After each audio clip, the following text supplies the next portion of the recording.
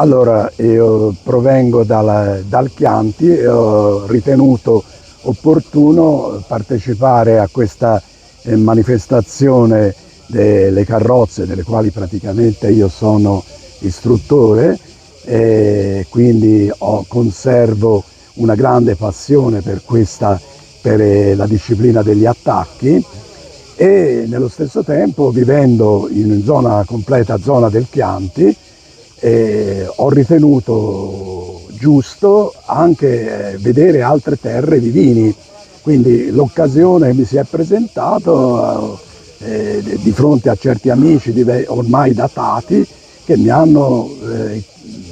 richiesto la mia presenza, e quindi io sono venuto qua con molto piacere. È stata un'esperienza molto interessante, anche tecnicamente ha avuto anche dei riflessi abbastanza importanti, perché abbiamo potuto testare certe capacità di guida di certi nostri driver. Da quanto tempo lei lavora appunto in questo settore? Io lavoro in generale nel settore della formazione, della formazione della Federazione Italiana Sport Equestri, e mi occupo anche di altre nella formazione, anche di preparazione attraverso l'horsemanship, attraverso cercare di portare una cultura equestre anche in tutte le discipline. Quindi ho cercato con umiltà di abbracciare un po' tutte le discipline, perché non ho tralasciato nessuna, perché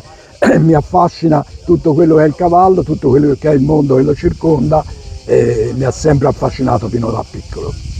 Secondo lei qual è il valore aggiunto di questi raduni per lei fuori regione? Il valore aggiunto, credo che per quanto mi riguarda, è quello che le ho detto io poc'anzi, cioè quello di avere delle conoscenze ulteriori, perché non si finisce mai di imparare. Io ho detto che faccio il formatore, vado a fare dei corsi per insegnare, nello stesso tempo insegnando ho imparato tante cose e non finisco mai di imparare e di avere sete di apprendere, perché c'è sempre qualcuno che ti può insegnare qualcosa che nella vita può esserti anche utile.